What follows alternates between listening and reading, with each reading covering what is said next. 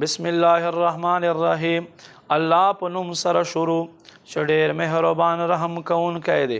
سوره بقره په مدینه منوره کې نازل شوه. الله جل جلاله فرمای الف لام میم. الله او الله رسول د دې په معنی خبر دی. ذالک الکتاب، دا کتاب دی، لا ریب فیه، د شک گنجائش نشته په دې کتاب کې، هدی للمتقین، دا کتاب پرهیزګارانو د پاره هدایت دی.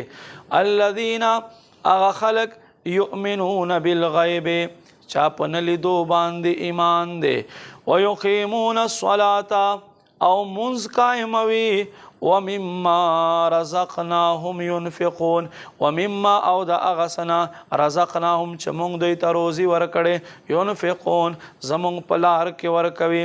والذین، او هغه خلق، یؤمنون چې ایمان دی، بما انزل، اے محبوبه په کتاب باندې چې تا طرف ته نازل شوی، وما انزل، او هغه چې نازل کړلی شوی، من قبلک، لستان مخکې، وبالآخرت هم یوقنون، او دک خلق دی چې په آخرت باندې یقین لري. اولئک علی هدی من ربهم، دا خلق خپل رب لجانب په هدایت باندې دی. واولئک هم المفلحون، او دک خلق کامیاب دی. ان الذین کفروا، بشک هغه خلق چا چې کفر وکړلو، سواء علیهم، برابر خبره د دوی د پاره، انذرتهم، آیا کته دوی ته یره ورکې، ام لم تنذرهم، یا ته دوی ته یره ورنکې، لا یؤمنون، دوی ایمان نه راوړي.